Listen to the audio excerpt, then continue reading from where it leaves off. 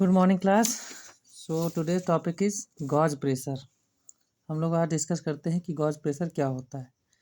तो सबसे पहले डेफिनेशन के बारे में हम लोग पढ़ते हैं कि the excess pressure above the atmospheric pressure is called gauge pressure. तो now we can try to understand with the help of normal pressure मतलब absolute pressure and atmospheric pressure. तो दोनों का जो डिफरेंस एक्चुअल में यहाँ होता है वो हमारा गॉज प्रेशर होता है। सपोज ये जो एटमॉस्फेरिक प्रेशर होता है ये क्या होता है, पहले इसको समझते हैं। देखो, एटमॉस्फेरिक प्रेशर सभी बच्चे जानते हैं कि अगर कोई भी बॉडी नॉर्मली एटमॉस्फेयर में रखी है, जैसे सपोज हम लोग अगर बैठे हैं या फिर कहीं किसी भी प्लेस पर कोई भी ऑब्जेक्ट रखा हुआ है, जैसे हमने माना ये क्या है, हमारा एटमॉस्फेयर है। बॉडी अगर कोई एटमॉस्फेयर के अंदर है तो इस पर एटमॉस्फेयर जो प्रेशर एक्चुअल में अप्लाई कर रहा होता है, दिस इज PA, इसको हम लोग बोलते हैं एटमॉस्फेरिक प्रेशर। और गॉज प्रेशर क्या होता है, अगर इस ऑब्जेक्ट को उठाकर हम कहीं किसी लिक्विड के कोई कंटेनर कंसीडर कर लें और उस कंटेनर में लिक्विड है, यानी इस बॉडी को उठाकर हम उस लिक्विड के अंदर रख दें, तो ये हम लोग जानते हैं कि लिक्विड के अंदर लिक्विड के जो पार्टिकल्स होते हैं वो भी क्या होते हैं, इस पर प्रेशर एग्जर्ट करना स्टार्ट कर देते हैं चारों तरफ से। मतलब ये जो बॉडी आप इस लिक्विड के अंदर पुट किए हैं, इस लिक्विड के अंदर सारे लिक्विड के मॉलिक्यूल्स जो इसमें प्रेजेंट हैं वो इस बॉडी पर एक्स्ट्रा प्रेशर एक अप्लाई करना स्टार्ट कर देंगे। और वो एक्स्ट्रा प्रेशर क्या होता है, देखो H ρg के बराबर होता है। मतलब हाइट जितना लिक्विड उसमें भरा हुआ है इस कंटेनर में, इसकी हाइट ये होती है, दिस इज H। रो क्या है, density of a liquid, and G क्या है, दिस इज ग्रेविटी। मतलब इसको हम लोग बोलते हैं gravitational acceleration due to gravity. तो ध्यान रखना कि जो हमारा लिक्विड के अंदर लिक्विड इस मास पर जो प्रेशर अप्लाई करता है वो हमारा H ρg के बराबर होता है।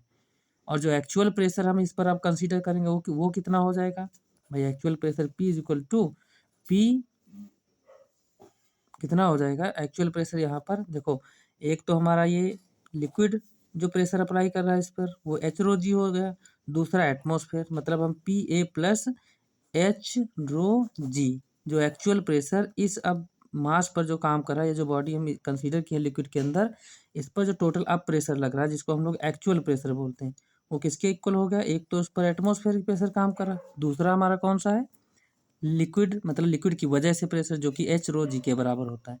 मतलब जो एक्चुअल प्रेशर अब इस बॉडी पर काम कर रहा है वो हमारा किसके, इन दोनों के सम के बराबर आ गया। और अगर हम यहाँ से H ρg की बात करें तो ध्यान देना, जो गॉज प्रेशर हम लोग पढ़ रहे हैं वो क्या है, P मतलब एक्चुअल प्रेशर माइनस का एटमॉस्फेरिक प्रेशर। मतलब एटमॉस्फेरिक प्रेशर एक्चुअल प्रेशर में हम सब जो है सब्ट्रैक्ट कर दें तो जो हमारा डिफरेंस बचेगा वो हमारा कहलाएगा गॉज प्रेशर।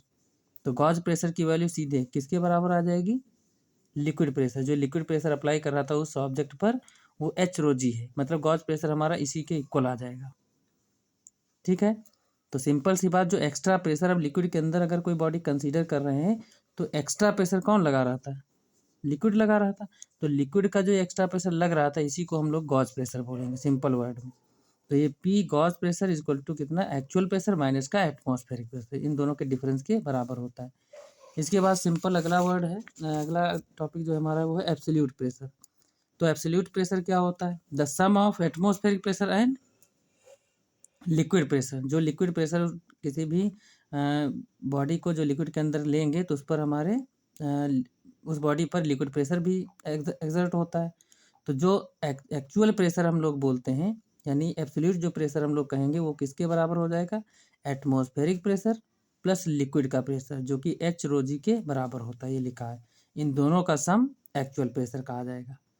ठीक है, P is known as absolute pressure. यहाँ पर जो ये P कैपिटल लिया गया है इसको हम लोग क्या बोलेंगे, इसी को हम लोग एब्सोल्यूट प्रेशर बोलेंगे। ठीक है, इसके बाद अगला टॉपिक है एटमॉस्फेरिक प्रेशर। तो क्या होता है एटमॉस्फेरिक प्रेशर, तो देखो डेफिनेशन पढ़ते हैं, the pressure exerted by atmosphere is called atmospheric pressure. मतलब किसी भी सब्सटेंस या फिर किसी भी बॉडी पर जो एटमॉस्फेयर प्रेशर एक्सर्ट करता है, this is called atmospheric pressure. ठीक है, तो इसके बाद लिखा हुआ है the atmospheric pressure at a sea level कितना होता है, नॉर्मली हमारे एटमॉस्फेयर का जो एटमॉस्फेरिक प्रेशर होता है वो होता है 1.013 इंटू 10⁵ न्यूटन पर मीटर स्क्वायर, और इसको हम लोग पास्कल भी बोलते हैं। ठीक है, this is other unit of pressure. तो ये हमारी वैल्यू होती है एटमॉस्फेयर प्रेशर की, याद रखना। फिर इसके बाद टॉपिक है different units of pressure. Pressure की कुछ यूनिट्स भी होती हैं। पहले यूनिट हमारी एसआई सिस्टम में दिस इज न्यूटन पर मीटर स्क्वायर और पास्कल। मतलब एसआई सिस्टम में दो यूनिट होती है, एक न्यूटन पर मीटर स्क्वायर होती है। और ये कहाँ से आई? सब बच्चे जानते हैं कि प्रेशर का फॉर्मूला क्या होता है। प्रेशर का फॉर्मूला होता है क्या? Force upon area. तो फोर्स की यूनिट होती है न्यूटन और एरिया की यूनिट होती है कितना? मीटर स्क्वायर, अगर एसआई सिस्टम में ले रहे हो। तो चाहे इसको आप पास्कल बोलो, ठीक है, चाहे न्यूटन पर मीटर स्क्वायर बोलो, ये दोनों यूनिट एसआई सिस्टम में प्रेशर की होती हैं। ठीक है, तो इसके बाद सीजीएस सिस्टम की अगर हम बात करें तो सीजीएस सिस्टम में क्या है? डाइन पर सेंटीमीटर स्क्वायर होती है। और यहाँ पर 1 एटीएम बराबर एटमॉस्फेरिक प्रेशर जो हम लोगों ने पीछे पढ़ा 1.013 इंटू 10⁵ न्यूटन पर मीटर स्क्वायर, यानी 1 एटीएम ये इस क्वांटिटी के बराबर होता है। और यहाँ पर अगर इसी यूनिट को हम लोग डाइन पर सेंटीमीटर में चेंज करना चाहें, मतलब सीजीएस में, तो यहाँ पर क्या करेंगे? ये न्यूटन की जगह पर, क्योंकि 1 न्यूटन इक्वल टू होता है 10⁵ डाइन। मतलब यहाँ पर हम ये कहना चाह रहे हैं कि जो यूनिट यहाँ पर ली गई, ये ध्यान रखना, 1 न्यूटन इज इक्वल टू होता है 10⁵ डाइन। ठीक है, और ध्यान रखना कि अगर 1 मीटर कहीं यूनिट कंसीडर की जा रही है तो 1 मीटर कितने सेंटीमीटर के बराबर होता है? 100 सेंटीमीटर। तो अगर हम 1 मीटर स्क्वायर कर दें तो 1 मीटर स्क्वायर का मतलब कितना हुआ? 1 मीटर इंटू 1 मीटर। ठीक है, तो इसकी जगह पर क्या रख सकते हैं? 1 मीटर की जगह पर 100 सेंटीमीटर इंटू 100 सेंटीमीटर, क्योंकि दो बार लिखा है ये 1 मीटर 1 मीटर। ठीक है, अब दोनों को अगर मल्टीप्लाई करोगे तो इसको हम लिख सकते हैं कितनी? 10⁴ लिख सकते हैं, क्योंकि 4 जीरो है, मतलब 1000 ऐसे पहले लिख लें। ठीक है, 1 10 100 1000 10,000, 10,000 आ गया। ठीक है, यहाँ पर हो जाएगा centimetre square. It means 10⁴ centimetre square, यानी 1 मीटर स्क्वायर की जगह पर हम लोग क्या पुट कर सकते हैं? 10⁴ सेंटीमीटर स्क्वायर। ठीक है, ये हम पुट कर सकते हैं। तो इसके बाद यहाँ पर ध्यान दो क्या लिखा हुआ है? न्यूटन की जगह पर 10⁵ डाइन लिख दिए, और यहाँ पर मीटर स्क्वायर जो नीचे दिया है इसकी जगह पर हम लोग 10⁵ सेंटीमीटर स्क्वायर पुट करते हैं। अब इस एक्सप्रेशन को टोटल जब सॉल्व करेंगे तो हमारी वैल्यू आएगी 1.013 इंटू 10⁶ डाइन पर सेंटीमीटर स्क्वायर। तो ये पूरी हमारी 1 एटीएम की वैल्यू आती है, यानी 1 एटीएम इस क्वांटिटी के बराबर हो जाती है। इसमें ये आती है सीजीएस सिस्टम में। इसके बाद अदर यूनिट एक प्रेशर की होती है, वो कौन सी है? 1 बार। तो 1 बार 10⁵ न्यूटन पर मीटर स्क्वायर के बराबर होता है। और इसको अगर हम सीजीएस में चेंज करना चाहें तो न्यूटन की जगह पर कितना रखोगे? 10⁵, और मीटर की जगह पर 10⁴। तो 5 5 10, नीचे जो 4 पावर है सब्ट्रैक्ट हो जाएगी, कितनी बच जाएगी? 10⁶ बचेगी। मतलब ये चीज़ हम यहाँ पर बता रहे हैं कि जैसे ये लिया गया है कितना, यहाँ पर ध्यान देना, 10⁵ इंटू जो न्यूटन दिया है इसकी जगह पर हम रखेंगे 10⁵ डाइन अपॉन में 1 मीटर स्क्वायर, यानी ये जो मीटर स्क्वायर दिया है इसकी जगह पर लिखेंगे 10⁴, यहाँ लिखेंगे सेंटीमीटर स्क्वायर। तो अब देखो टोटल अगर हम पावर की बात करें ये किसके बराबर है? 1 बार, ये 1 बार के बराबर। तो ये हो जाएगा कितना? 10⁻10, और ये पावर जब ऊपर जाएगी तो इंटू 10⁻⁻4 हो जाएगी। तो सॉल्व करेंगे कितनी बचेगी? 10⁻6 आएगी। 10 में से 4 जाएगी 6 बचेगी, और ये यूनिट क्या बच जाएगी आपकी? डाइन पर सेंटीमीटर स्क्वायर। ठीक है, तो ये 1 बार की वैल्यू जो हम सॉल्व करेंगे इसमें इन सीजीएस सिस्टम में, तो 10⁶ डाइन पर सेंटीमीटर स्क्वायर आ जाएगी। इसके बाद एक क्वेश्चन छोटा सा है न्यूमेरिकल, उसको सॉल्व करते हैं। क्या है question? What is the pressure on a swimmer 10 metre below the surface of a lake. मतलब एक स्विमर है जो लेक के सरफेस के अंदर वो स्विम कर रहा है। तो कह रहा है उस स्विमर के ऊपर एक्चुअल में प्रेशर कितना एग्जर्ट करेगा, मतलब जो लिक्विड होगा वो प्रेशर कितना लगाएगा। ठीक है, तो यहाँ पर हाइट दे रखी है कितनी है? 10 मीटर है। डेंसिटी ये हम लोग सभी लोग जानते हैं कि वाटर की क्या होती है? 1000 किलोग्राम पर मीटर क्यूब होती है। जी की वैल्यू ग्रेविटेशनल एक्सेलरेशन कितना होता है 9.8 मीटर पर सेकेंड स्क्वायर। ये सारी वैल्यूज़ हमको यहाँ पर पुट कर देना है। तो क्या होता है एक्चुअल में जो एक्स्ट्रा प्रेशर, भाई कोई भी बॉडी अगर लिक्विड के अंदर, अभी हमने बताया कि जो गॉज प्रेशर होता है वो किसके बराबर होता है, टोटल एच रो जी के बराबर। ठीक है, तो अगर हम टोटल प्रेशर की बात करें, जो उस बॉडी को, जो लिक्विड के अंदर बॉडी इमर्स्ड होती है, उस पर टोटल प्रेशर कितना, मतलब एब्सोल्यूट प्रेशर कितना होता है, atmospheric pressure plus gauge pressure. तो इन दोनों का सम होता है एब्सोल्यूट प्रेशर। किसका, ये गॉज प्रेशर है आपका, और ये क्या है, एटमॉस्फेरिक प्रेशर। अब एटमॉस्फेरिक प्रेशर की वैल्यू जो होती है नॉर्मली हम लोग यूज कर लेंगे, सभी लोग जानते हो 1.013 इंटू 10⁵ तो यहाँ पर 1.0 इंटू 10⁵ सिर्फ ये यूज किए हैं। ठीक है, इसके बाद एच रो जी की वैल्यू जो ये दे रखी है सारी रख दिए, एच रो और ये जी पॉइंट हटाए, नीचे 10 बढ़ गया, ये जीरो से कैंसिल हो गया। जब इस पूरे एक्सप्रेशन को, यानी यहाँ बचेगा कितना 98 इंटू 10⁵, दोनों एक्सप्रेशन को जब सॉल्व करेंगे तो यहाँ पर देखो 100, और ये पावर इसमें से 2 ले गए तब ये 100 बन गया। ठीक है, ये 10⁵ बचेगा, 98 इंटू 10⁵। अब ऐसा हम क्यों किए, क्योंकि 10⁵ दोनों में से हम कॉमन लेना चाहते हैं, इसलिए ऐसा किए। ठीक है, तो 100 प्लस 98 यानी 198 इंटू 10⁵। अब यहाँ पर क्या करेंगे, 1.98, अगर ये डेसिमल यहाँ हम लगाना चाहेंगे तो 2 डिजिट के पहले लाएं, तो 2 पावर यहाँ पर इंक्रीज कर देंगे, मतलब 10⁵। तो हम ये लिख सकते हैं, एक इसको 1.98 को अप्रॉक्सीमेट हम 2 कह सकते हैं, तो यहाँ पर 2 लिखा है, इंटू 10⁵ पास्कल हो जाएगा, चाहे न्यूटन पर मीटर स्क्वायर का हो चाहे पास्कल बोलो। और इसकी जगह पर हम लोग क्या लिख सकते हैं पास्कल को, ये 10⁵ पास्कल किसके, 1 ATM के बराबर। तो कहने का मतलब प्रेशर जो आएगा टोटल वो कितना आ जाएगा, एब्सोल्यूट प्रेशर 2 ATM आ जाएगा राउंड फिगर में। ठीक है, तो ये 2 ATM का प्रेशर एक्सर्ट होगा, जो स्विमर 10 मीटर नीचे स्विम कर रहा होगा। ठीक है, लेक के अंदर, तो उस पर प्रेशर इतना लगेगा। इसके बाद अगला क्वेश्चन है, the density of a atmosphere at a sea level is 1.29 kilogram per metre cube, assume that it does not change with altitude, then how high would the atmosphere extend. मतलब इन्होंने ये बताया है कि आपको डेंसिटी दे रखी है, assume that does not change the with altitude, मतलब कह रहा है यहाँ पर चेंज क्या नहीं हो रहा, कि जो हाइट की वजह से एक्चुअल में जो प्रेशर में जो चेंज आता है वो नहीं चेंज हो रहा। तो कह रहा कितनी हाइट तक नहीं चेंज होगा, और ये फिक्स भी होता है कि एटमॉस्फेयर में जब अगर हम अर्थ सरफेस से ऊपर की तरफ जाते हैं तो प्रेशर की वैल्यू जो होती है वो धीरे धीरे क्या होती है, डिक्रीज करती जाती है ना। तो एक्चुअल में ये वो हाइट पूछ रहा है जिस हाइट पर जो प्रेशर है वो लगभग में चेंज नहीं होता है। ठीक है, तो ये वो हाइट हमको कैलकुलेट करनी है यहाँ पर, तो देखते हैं क्या होती है।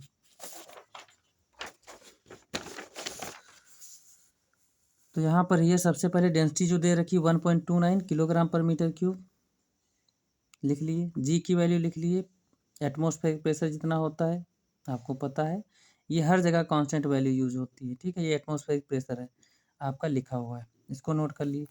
Now we know that atmospheric pressure this is also known as gauge pressure is equal to किसके, एच रो जी के बराबर होता है। यहाँ पर अगर हम हाइट निकालना हो तो रो जी को क्या करेंगे, पी ए के नीचे ले जाएंगे, मतलब डिवाइड कर देंगे। तो सारी वैल्यूज पुट कर दो यहाँ पर, एटमॉस्फेरिक प्रेशर, रो की वैल्यू, जी की वैल्यू सारी पुट किए, फिर मीटर क्यूब है इधर, मीटर से कट गया, ये मीटर स्क्वायर जो बचेगा यहाँ से भी कैंसिल आउट हो जाएगा। तो सारी वैल्यूज कैलकुलेट करके सिंपल किस में बचेगा, मीटर में। अब ये वैल्यूज सारी कैलकुलेट करना है आपको अपने आप, और यहाँ पर जो हाइट टोटल निकल के आपके आ जाएगी वो कितनी, 7981 मीटर।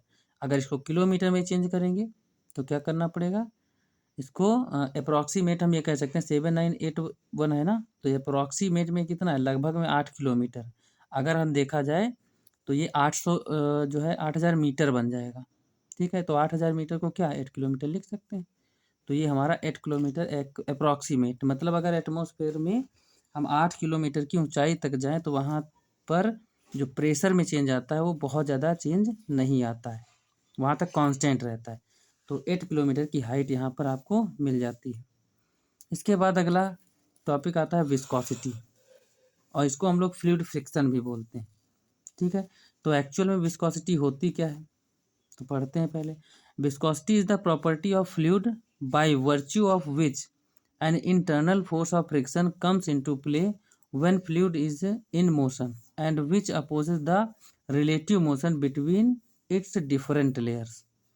मतलब एक्चुअल में विस्कोसिटी एक प्रॉपर्टी होती है लिक्विड की, और ये कब क्रिएट होती है, जैसे सपोज जब कोई भी लिक्विड फ्लो होता है, जैसे यहाँ पर हमने माना है तो ये सरफेस सबसे ऊपर है, ये मान लेते हैं लिक्विड कोई फ्लो कर रहा है, ठीक है, जिसकी वेलोसिटी क्या है, सबसे ऊपरी लेयर की जो वेलोसिटी होती है मैक्सिमम होती है, और सबसे नीचे जो ये सरफेस से लिक्विड की लेयर कांटेक्ट में होती है तो इस लेयर की वेलोसिटी जीरो मानी जाती है, बिल्कुल जीरो होती है। तो एक्चुअल में विस्कोसिटी क्या होती है, ये एक फ्लूइड की प्रॉपर्टी होती है, और ये कब क्रिएट होती है, जब कोई भी फ्लूइड क्या होता है, मोशन में होता है, ठीक है। तो मोशन में क्या होती है, देखो लिक्विड हमेशा बहुत सारी लेयर्स में फ्लो करता है, जैसे ये हमने नीचे बनाई ये लेयर्स है ना अलग अलग। तो एक्चुअल में जो सबसे पहले ये जो विस्कस फोर्स होता है, विस्कस फोर्स क्या होता है, दो लेयर्स के बीच, जैसे लिक्विड है, लिक्विड को ये आप जब कंसीडर करते हो फ्लो होते हुए, ये जैसे ये है ऐसे लिक्विड आगे की तरफ फ्लो हो रहा, तो एक्चुअल में इनकी जो लेयर्स होती हैं, लेयर्स के बीच में जो रिलेटिव मोशन होता है, अगर लिक्विड ऐसे फ्लो हो रहा है, सपोज ऊपर की लेयर ऊपर ऐसे जा रही है, इसको अपोज करने वाली निचली जो लेयर इसकी होगी वो क्या करती, इस लेयर को रोकना चाहती, जस्ट अपोज करती। तो ये जो अपोजिंग फोर्स होता है this is called viscous force या फिर ड्रैगिंग फोर्स। मतलब यहाँ पर जो ये लेयर बनी है, देखो सबसे पहले ऊपर जो लेयर है ये आगे की तरफ हमने दिखाया, फिर दूसरी लेयर ये पीछे रहेगी, बट इस लेयर को ये रोकना चाहेगी, ये क्या करेगी, ऊपर वाली लेयर को निचली वाली लेयर रोकना चाहेगी। तो एक्चुअल में ये जो निचली वाली लेयर फोर्स बैकवर्ड लगा रही होती, मतलब जो ड्रैगिंग फोर्स अप्लाई कर रही होती, this is called viscous force, इसी को हम लोग बोलते हैं विस्कस फोर्स। और ये फिनोमिना मतलब आपस में जब लेयर्स आपस में क्या होती है, रिलेटिव मोशन कर रही होती हैं, तो क्या करती हैं, ये दोनों एक दूसरे को रोकना चाहती हैं, और इस प्रॉपर्टी को, इस फिनोमिना की हम लोग विस्कोसिटी बोलते हैं, ठीक है। ये हमेशा विस्कोसिटी जो होती है किसी भी फ्लूइड की एक ऐसी प्रॉपर्टी है जो रिलेटिव मोशन को क्या करती है, अपोज करती है, हमेशा रिलेटिव मोशन को, जो लेयर्स के बीच में रिलेटिव मोशन होता है उसको अपोज करती है, तो इसी को हम लोग विस्कोसिटी बोलेंगे।